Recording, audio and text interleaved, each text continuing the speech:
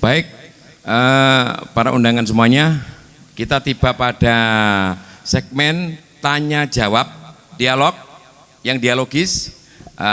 Mungkin mohon izin saya berikan kesempatan pertama kepada Bapak Suwadi, Sekretaris LVRI, Legion Veteran Republik Indonesia.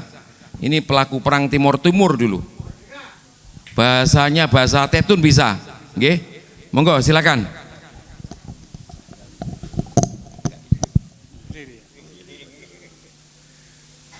Assalamualaikum warahmatullahi wabarakatuh. Yang terhormat Bapak Ibu semuanya,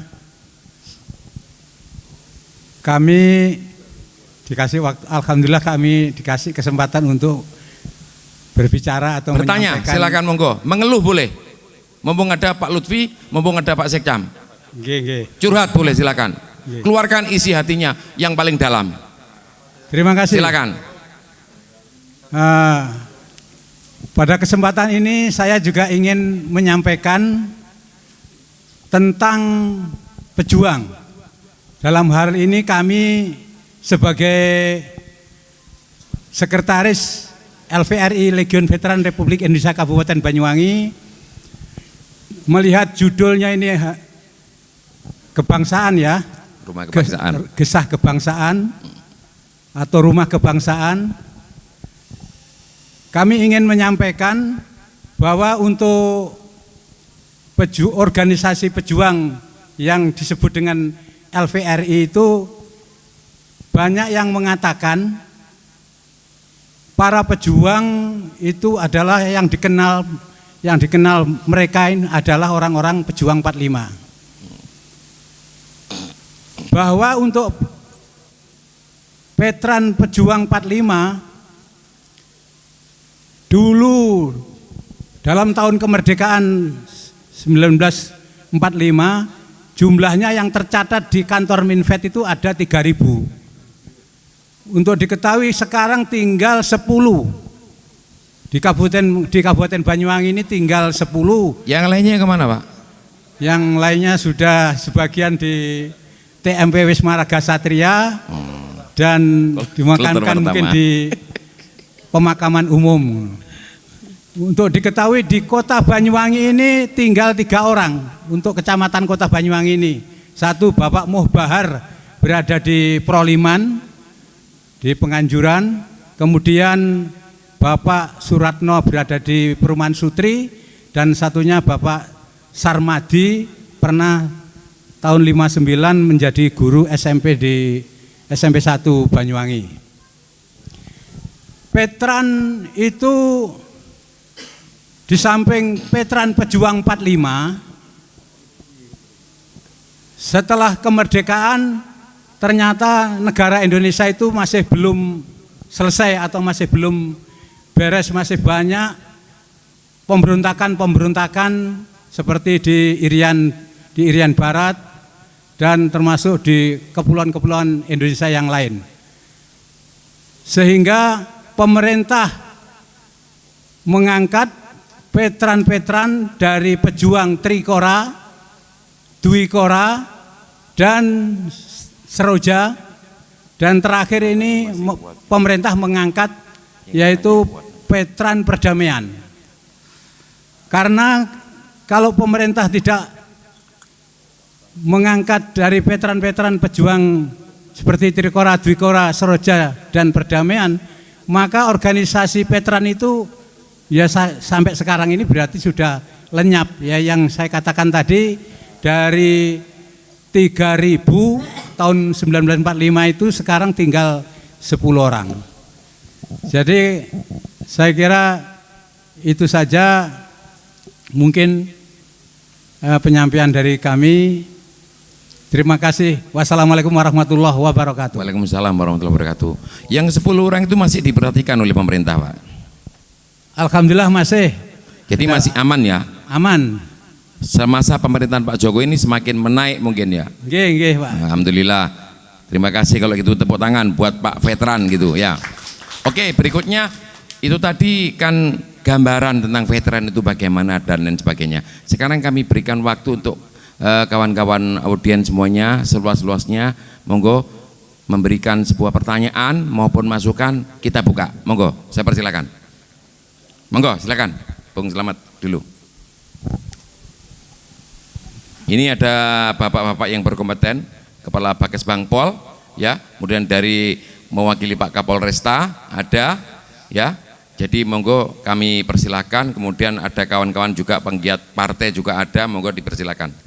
Terima kasih. Assalamualaikum warahmatullahi wabarakatuh. Waalaikumsalam warahmatullahi wabarakatuh. Langsung saja, seperti tema yang di awal tadi itu, menjaga kondusivitas pemilu tahun 2024. Sebelumnya kami sampaikan bahwa untuk pemilu tahun 2024 ini ada dua hal yang akan kita hadapi, yaitu pemilu untuk pemilihan presiden dan pemilu legislatif, di mana dalam pemilu tahun 2024 itu ada kurang lebih 74% dari populasi seluruh rakyat Indonesia yang akan menyampaikan hak pilihnya, dan 86% diantaranya adalah kelompok pemilih pemuda.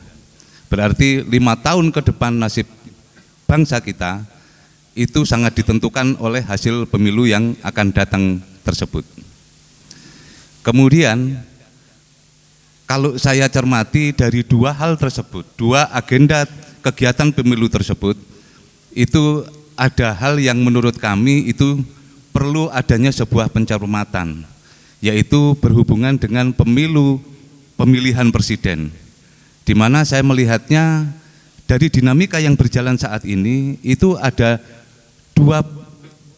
semacam dua kesimpulan kalau menurut saya untuk pemilu presiden itu.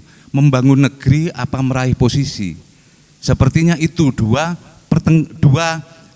tarik ulur yang saat ini sedang terjadi. Membangun negeri apa meraih posisi, tetapi dalam perjalanannya itu lebih kepada meraih posisi tanpa mempertimbangkan membangun negeri. Untuk itu mungkin barangkali kami butuh klarifikasi dari Bapak Kesbang Pollinmas berkaitan dengan tugas pokok fungsi dan yang dimiliki oleh jenengan, bagaimana kira-kira melihat fenomena seperti ini, termasuk juga dari sisi pengamanan. Dalam hal ini Bapak Polres dalam mensukseskan termasuk menjaga kondusivitas pemilu tahun 2024 yang berhubungan dengan membangun negeri apa meraih posisi. Terima kasih. Wassalamualaikum warahmatullahi wabarakatuh. Oke, kita kasih aplaus, Bung Slamet. Sepertinya begini Pak Lutfi, kalau belum punya posisi, apa bisa mengatur negeri? Sama dengan itu.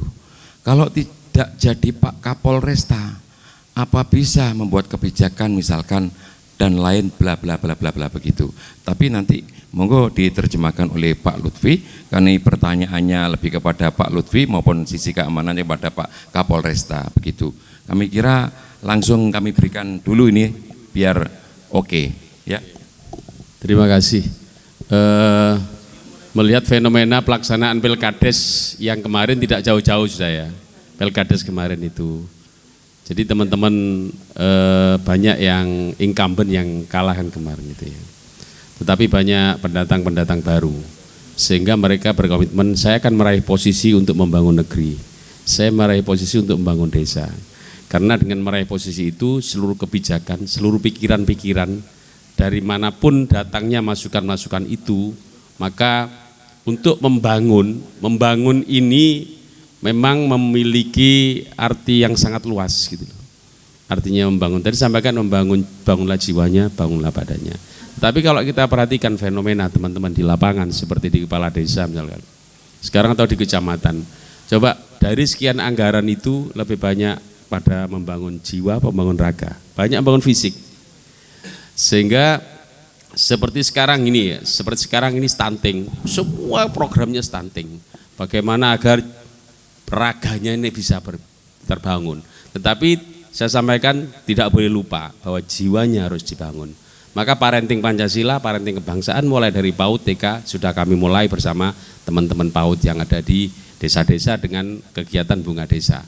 Artinya kenapa sekarang anak-anak sehat kemudian kita melihat bagaimana anak memukul temannya, bagaimana anak ketika memukul gurunya, bagaimana anak yang sehat memukul orang tuanya, bahkan membunuh orang tuanya. Karena memang tidak ada parenting Pancasila. Oleh karena itu nilai-nilai Pancasila ketika kita ini waktu itu sekolah ada butir-butir Pancasila, kita harus hafal. Bagaimana kita melakukan simulasi P4 dulu ada. Oleh karena itu ini akan dirumuskan kembali. Sehingga dengan ide-ide itu insya Allah ketika posisi itu bisa kita raih, kita akan bisa membangun jiwanya dan membangun badannya. Saya kira itu. Oke. Untuk berikutnya langsung kami berikan pada Si Humas untuk dari Pak Kapolresta. Terima kasih Mas Hakim. Pak Slamet ya tadi. Mohon izin Pak, kami coba sampaikan bahwa untuk dari kami menjaga kondusivitas daripada pemilu, mungkin sebelum kami nyampe ke sana sesuai fungsi kami jawab dulu tentang tadi udah dijawab Pak Lutfi tentang apa meraih posisi, apa untuk membangun negeri udah dijelaskan. Karena bahasanya kalau tidak punya kewenangan tanda tangan yang nggak payu ya nggak iso kebijakan gitu Pak. Berikutnya bahwa ada kami temui fenomena di lapangan kalau berbicara tentang tahun politik, bahwa di tahun 2024 itu tidak hanya pemilu tentang capres, cawapres dan legislatif, tetapi sampai lupa ada pemilu di lokal kita Banyuwangi juga, pilkada Banyuwangi. Berikutnya bahwa di fenomena di masyarakat desa Allah wisle sopo benang dadi presiden isun tetap ngarit biah lumuh ngono wis lah. Mohon ini disampaikan bahwa kita jangan apatis kepada politik, jangan tidak peduli kepada perkembangan kenegaraan kita. Ingat bahwa kebijakan tentang pendidikan, bagaimana kesempatan anak-anak kita mendapatkan akses pendidikan, akses kesehatan, bagaimana harga barang, sembako segala macam, itu merupakan produk keputusan politik. Itu keputusan politik. Jadi kalau kemudian nanti pengeluh ya, karena jenengan nggak peduli dengan politik gitu loh. Jadi jangan nggak peduli dengan politik. Itu semua yang kita rasakan tiap hari adalah produk dari keputusan politik. Kemudian masuk kepada pertanyaan Pak Slamet. Kami khususnya di Si Humas itu melakukan tugas khusus di pemilu, yaitu tidak membela ABC karena kita netralitas di sana, tetapi kita melakukan cooling system. Gus Romli tahu benar bagaimana fenomena di medsos itu sekarang, seperti tadi ada narasumbernya nyampaikan, mulai saling serang, saling caci itu mulai ada. Maka kami menjaga di sana, kami setiap hari melakukan cyber patrol di dunia media sosial dari 7 platform medsos. Facebook, Instagram, Twitter, YouTube, TikTok, Snack, dan Hello. Itu kami setiap hari melakukan patroli di sana Pak, untuk menjaga kondusivitas. Kami selalu sebar konten positif yang menggemakan, menggaungkan semangat persatuan di tengah perbedaan yang ada. Berbeda tidak harus bermusuhan, tetapi ini adalah sunatullah katanya Pak Yai ini. Katanya Pak Haji begitu. Jadi kemudian kami di sana sinergi dengan semua netizen yang ada di Banyuwangi. Kami influencer teman media sosial, di HP saya ini ada hampir 500 teman media Pak.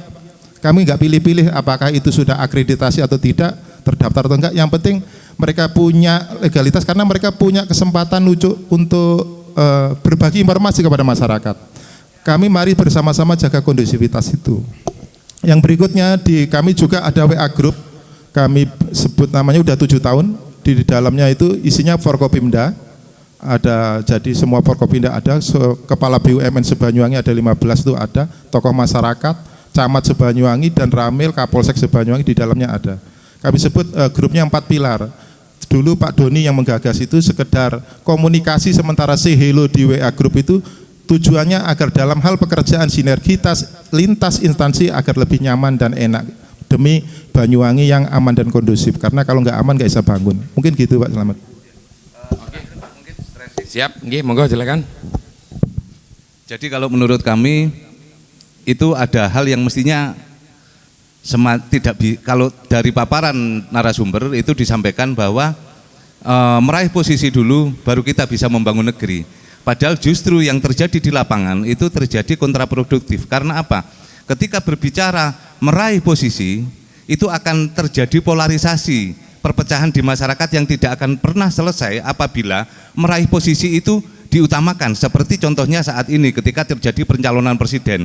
Tetapi polarisasi itu akan berhenti apabila mereka berbicara program membangun negeri, baru semua itu akan berhenti, baru semua itu akan bisa diselesaikan dan kondusivitas pemilu tahun 2004 bisa terlaksana dengan baik. Mungkin itu, terima kasih. Wassalamualaikum warahmatullahi Gus Romli wabarakatuh. bisa menanggapi?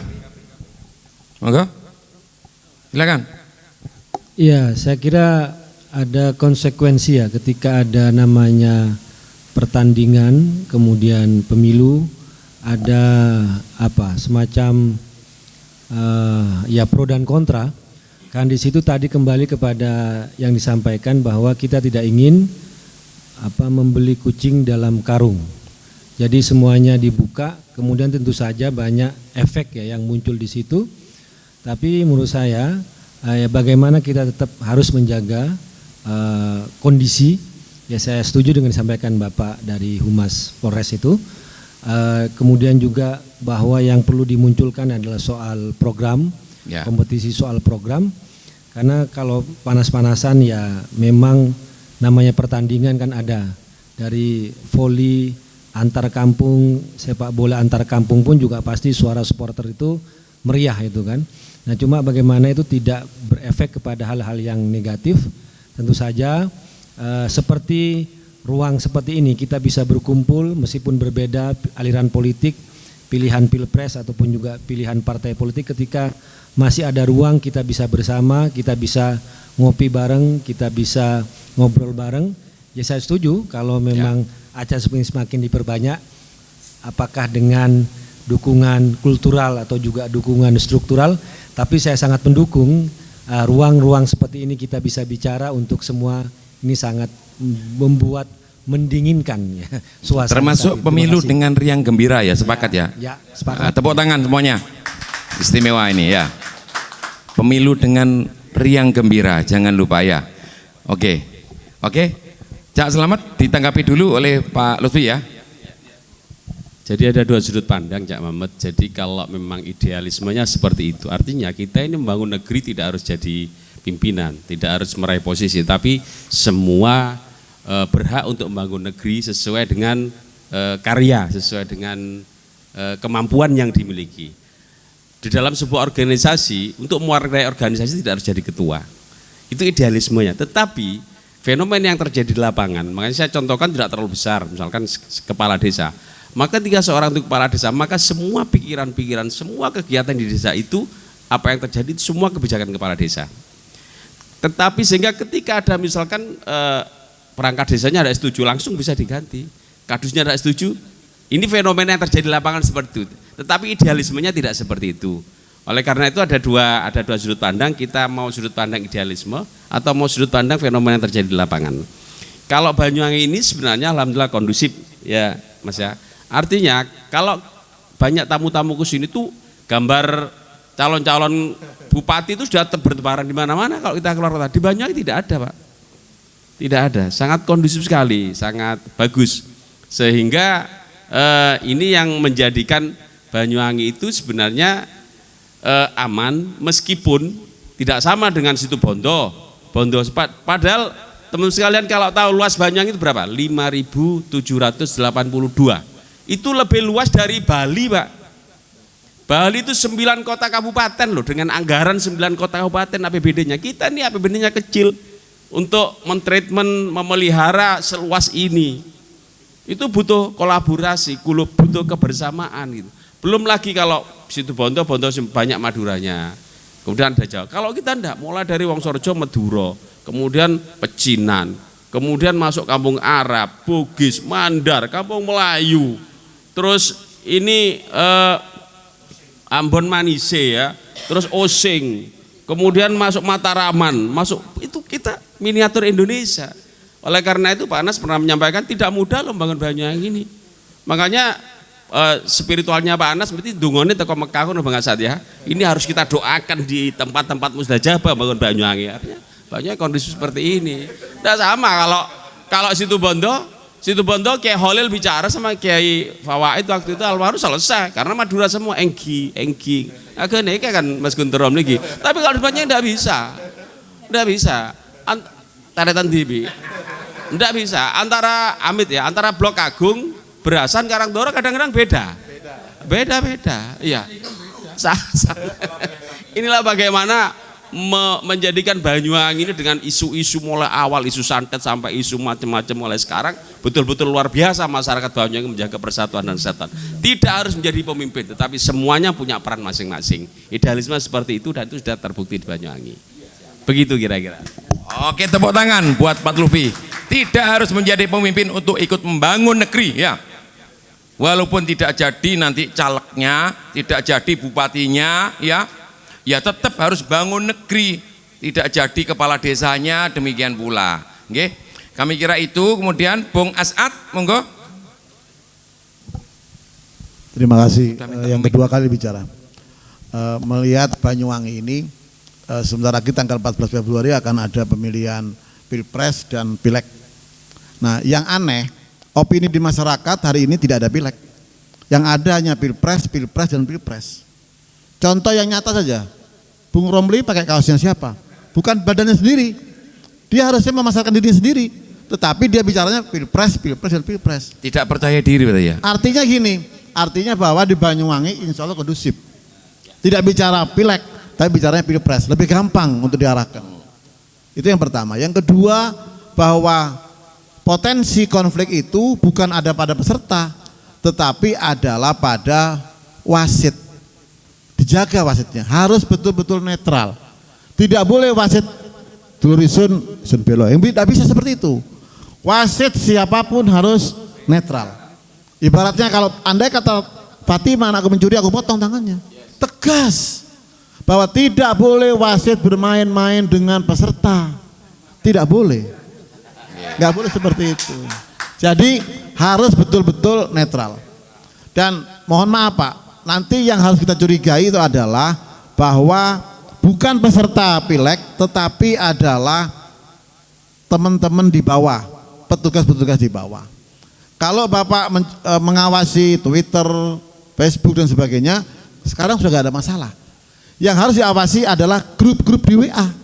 Itu yang berbahaya. Ini pengalaman pribadi kita, itu yang berbahaya. Artinya bahwa informasi dari teman-teman grup sudah menyebar hal-hal yang hoaks seperti itu. Maka pengalaman kita bahwa ayo Banyuwangi kita bikin kondusif, terutama peserta Pilegnya harus dewasa. Jangan sampai mau diadu kerbau, jangan. Contohnya seperti ini. Jangan lagi nanti peserta Pileg ini menyuruh tim sesnya menghajar si A dan sebagainya, jangan. Ini sudah terjadi, artinya sudah sering terjadi seperti itu. Maka tolong ada saran dari Kesbangpol barangkali bahwa kalau perlu mengundang pelaksana yang di tingkat kecamatan atau tingkat desa bahwa harus betul-betul netral. Netral, sangat netral, tidak boleh bisa itu. Yang apa maksudnya semacam membuli begitu tadi? Bukan, ya pokoknya harus netral lah bagaimana. Perundungan dong kalau gitu. Kayak anak sekolah aja. Nah, karena kita melihat bahwa ada titipan-titipan dari A tertentu, B tertentu untuk menjadi pelaksana panitia gitu. Artinya ini harus kita curigai supaya Banyuwangi betul-betul kondusif. Bung As'ad, kapan hari saya ngobrol-ngobrol dengan Sekjen Partai Hanura Banyuwangi itu sangat netral sekali. Mungkin kita berikan kesempatan waktunya untuk mengomentari. Monggo saya persilakan Bung Yudi. Tepuk tangan buat beliau, Sekjen Partai Hanura Banyuwangi. Terima kasih. Assalamualaikum warahmatullahi wabarakatuh. Merdeka. Merdeka. Nggak ada persiapan sama sekali nih, tahu-tahu ditunjuk aja. Saya mencoba bicara persoalan kebangsaan ini bukan dalam skup nasional, tapi kita tarik skup yang lebih kecil, Kabupaten Banyuwangi. Dan saya tidak berbicara persoalan politik di sini. Case-case yang terjadi di Banyuwangi utamanya case sosial kemasyarakatan itu sampai hari ini saya rasa belum padam betul. Walaupun kasus hukumnya sudah masuk pada ranah pengadilan dan sudah menghasilkan sebuah keputusan, namun yang terjadi di akar rumput itu masih belum selesai 100%. Nah, makanya saya ingin mencoba kepada pemerintah yang hari ini diwakili oleh PLT Bages Bangpol, progres penanganan pasca kerusuhan, utamanya case yang masyarakat Pakel dan masyarakat Tumpang Pitu, ini kan yang paling besar di Kabupaten Banyuwangi. Bagaimana penanganan pemerintah pasca case tersebut masuk ke ranah hukum? Pak Karena Yudi belum tahu progres terakhir itu. belum, makanya saya tanya Pak. Kalau tahu ngapain saya tanya? Belum update berarti. Nanti dijelaskan ya. Ya Pak mungkin Lutfi ya. mungkin Gak apa-apa. agak telmi mungkin ya. Nah, karena begini Bapak Ibu, terus terang aja persoalan Tumpang Pitu itu kan sangat miris sebenarnya. Yang paling miris sebenarnya persoalan Tumpang Pitu. Jangan sampai Konstitusi pasal 33 itu diamandemen nanti. Saya khawatir jadi urusan kekayaan bumi, air dan yang ada di dalamnya dikuasai oleh konglomerasi, dipergunakan semata-mata untuk kemakmuran segelintir pejabat dan kroni-kroni. Tidak mungkin itu. Calon anggota DPR RI Gus Romli nanti berontak nanti itu harus. Kalau enggak usah dipilih itu. Ya. Oke, begitu ya. Atau masih diberikan kesempatan dulu? Monggo. Pak Setio, Pak dosen UPI, mantan kepala BKSDA Jatim 3 nih, beliau Pak Dr. Setio, silakan. Terima kasih untuk waktu yang diberikan kepada saya. Assalamualaikum warahmatullahi wabarakatuh. Pada kesempatan yang baik ini, saya ingin menyampaikan, ya karena ini juga terkait dengan kondusivitas di Banyuwangi, Pak. Jadi ada beberapa hal yang penting ya pasca ditetapkannya daftar calon tetap ya peserta pemilu caleg-caleg itu pada tanggal 3 November yang lalu. Besoknya atau tanggal 4 itu harusnya banner-banner dan sebagainya itu sudah harus dibersihkan ya. Dan nanti boleh dipasang lagi pada tanggal 28 November sampai dengan 10 Februari. Karena itu sekarang ini masa dilarang untuk kampanye. Kami dari partai-partai yang kecil ini ya, beberapa saya dengan anak buah atau dengan anggota ya, sudah merintahkan semua turun semua ya. Tapi sampai dengan saat ini Pak, itu masih ada partai-partai, ya gambarnya gede-gede, partai besar juga, yang kelihatan angkuh sekali dia. Partai penguasa. Iya nggak tahu, pokoknya partai besar-besar lah. Enggak apa-apa, karena ada orangnya, ada oknumnya sekarang di sini. Ada fotonya semua. Nanti suruh berkomentar nanti oknumnya ini. Jadi, ayo tepuk tangan yang keras. Bahkan anggota saya ya, tim sukses saya, itu sampai jengkel, Pak apa perlu dilempari itu Pak, biar pada hancur semua, sobek semua. Saya bilang, jangan gitu, nanti itu Bawaslu itu sudah punya catatan tersendiri, gitu. Nanti kalau disanksi ada sanksi paling-paling ya maksimal itu dicoret gitu kan. Tapi apakah benar seperti itu ya? Kenapa masih bertengger di atas itu ya? Banyak Pak di perempatan pertigaan, hari ini pun saya keliling tadi banyak juga gitu ya. Dan itu memang masih ada. Enggak Pak, itu Pak, kalau di luar kota Banyuwangi enggak, itu di Bali itu malah diturunkan ketika Pak penguasa datang itu, walaupun partai penguasanya itu gitu loh. Di Banyuwangi ini Pak, jadi ini memang cukup menurut saya loh ya, itu rawan terhadap kondusivitas kita. Anggota saya sendiri mau melempar-lempar itu baliho-baliho yang pada masih di atas itu.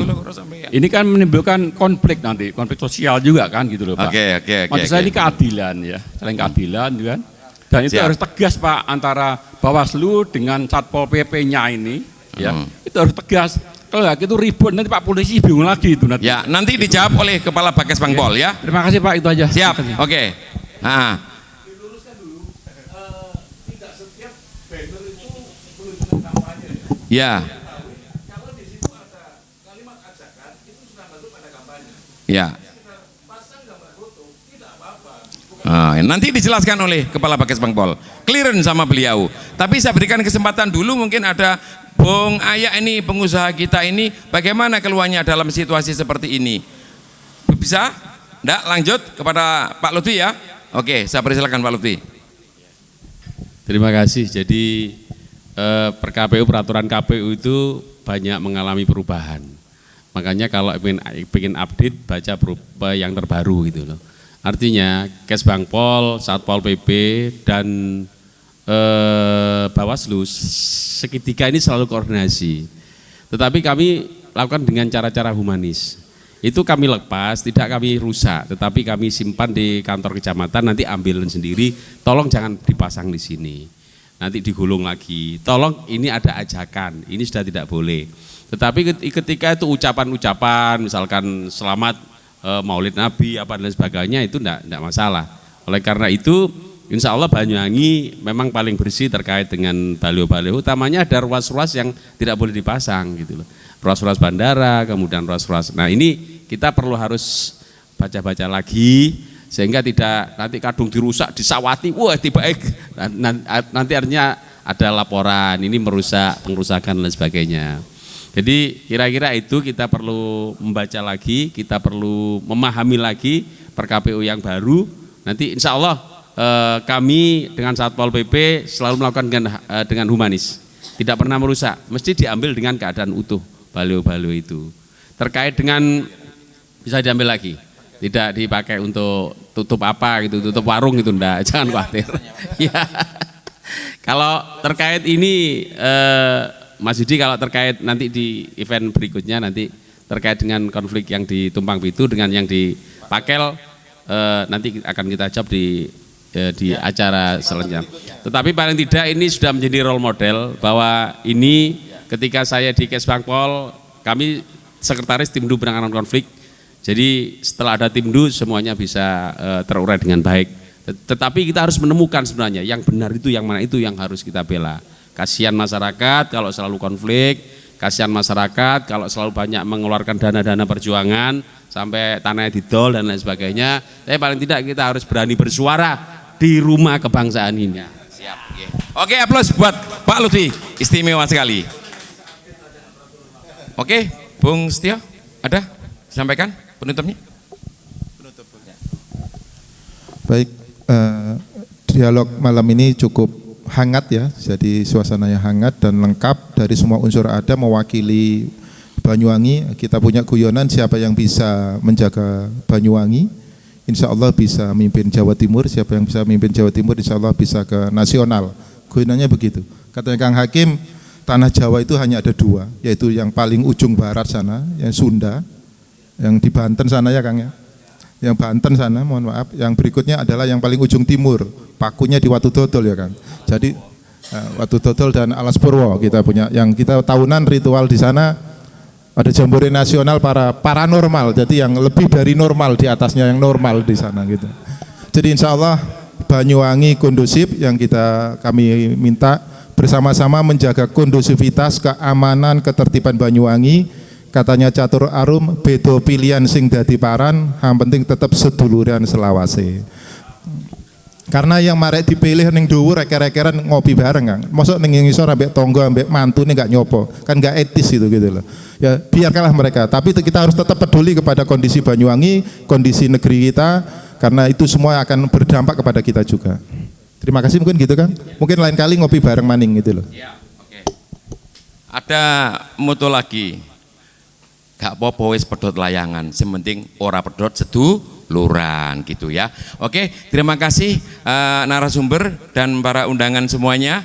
Kita dialog wawasan kebangsaan pada malam hari ini sudah cukup dengan materi menjaga kondusivitas menjelang pemilu 2024, kemudian juga peran masyarakat pada momentum Hari Pahlawan dan sinergi serta peran aktif lintas sektoral sudah kita diskusikan, dialogkan sedemikian manisnya. Insya Allah nanti bisa bermanfaat dan kedepannya nanti akan kita sambung lagi mendekati hari hanya sesuai dengan janji Bapak Kepala Bakes-Pangpol. Diingatkan ya nanti ya, diingatkan beliau. Kadang-kadang sering lupa beliau ini. Siap, 2 minggu lagi, siap bertemu lagi di sini. Ya. Tepuk tangan buat beliau. Kemudian begitu saya Hakim Said selaku pembawa acara, mohon maaf manakala ada khilaf dan salah. Kemudian Rumah Kebangsaan Merdeka. Terima kasih.